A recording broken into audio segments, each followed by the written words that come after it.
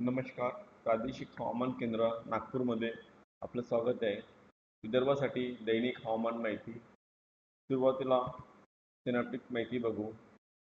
925 HPA wind चार्टमध्ये दाखवल्याप्रमाणे एक हलका चक्रवात कर्नाटकाशी आहे आणि त्याला संलग्न ट्रक मराठवाडा ते कर्नाटकापर्यंत आहे. तसेच चार्ट 2मध्ये दाखवल्याप्रमाणे एक हलका ट्रफ विदर्भ ते कर्नाटकापर्यंत दिसत आहे. पुढील 3 दिवस हवामानाचे अंदाज.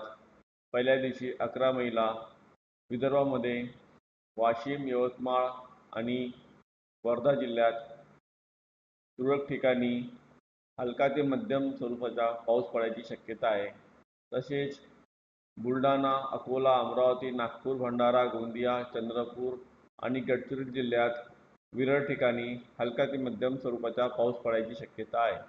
दुसऱ्या दिवशी 12 मेला विदर्भामध्ये बुलढाणा, अमरावती, वर्धा, वाशिम, भंडारा आणि गोंदिया जिल्ह्यात तुरळक ठिकाणी हलका ते मध्यम स्वरूपाचा पाऊस पडण्याची शक्यता आहे.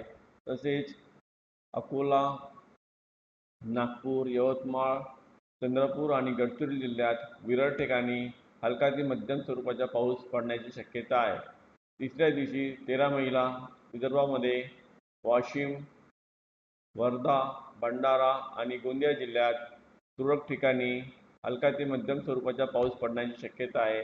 तसेच बुलढाणा, अकोला, अमरावती, यवतमाळ, नागपूर, चंद्रपूर आणि गडचिरोली जिल्ह्यात विरळ ठिकाणी हलका ते मध्यम स्वरूपाचा पाऊस पडण्याची शक्यता आहे.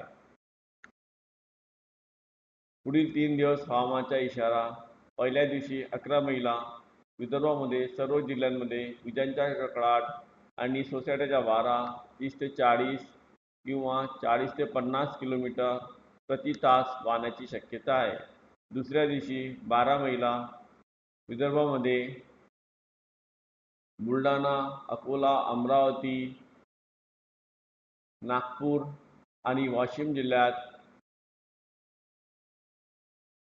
गारपीट होण्याची शक्यता आहे. तसेच सर्व जिल्ह्यांमध्ये विजांचा कडकडाट आणि सोसाट्याचा वारा 40 ते 50 किलोमीटर प्रति तास वाहण्याची शक्यता आहे.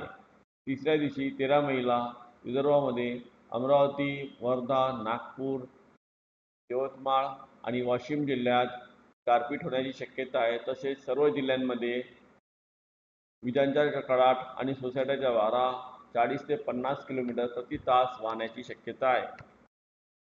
स्थानिक शहर हवामानाचा अंदाज सविस्तरपणे दिलेला आहे.